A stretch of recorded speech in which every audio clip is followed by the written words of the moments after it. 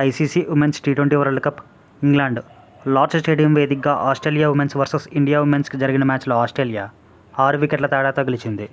Toss గెలిచి ముందు batting చేసిన ఇండియా 20 ఓవర్స్లో 4 వికెట్ల నష్టానికి 170 పరుగులు చేసింది.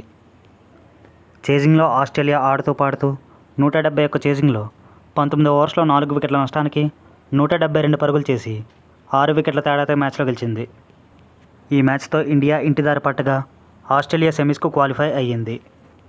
ఆస్ట్రేలియాతో పాటు England, West Indies, south Africa qualify అయ్యాయి.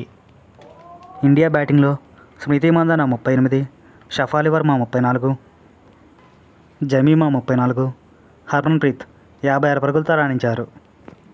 ఆస్ట్రేలియా బౌలింగ్లో సోఫియా 2 వికెట్లు దక్కించుకున్నారు. ఆస్ట్రేలియా బ్యాటింగ్లో Beth Mooney 22, Phoebe Litchfield 24, Ellyse Perry 56, Gardner 53 నాటౌట్తో రాణించారు. ఇండియా బౌలింగ్లో రేణుక 1, దీప్తి 1, చరణి 2 వికెట్లు దక్కించుకున్నారు. 56 పరుగులతో మ్యాన్ ఆఫ్ ది మ్యాచ్గా ఎలిసా పెర్రీ నిలిచింది.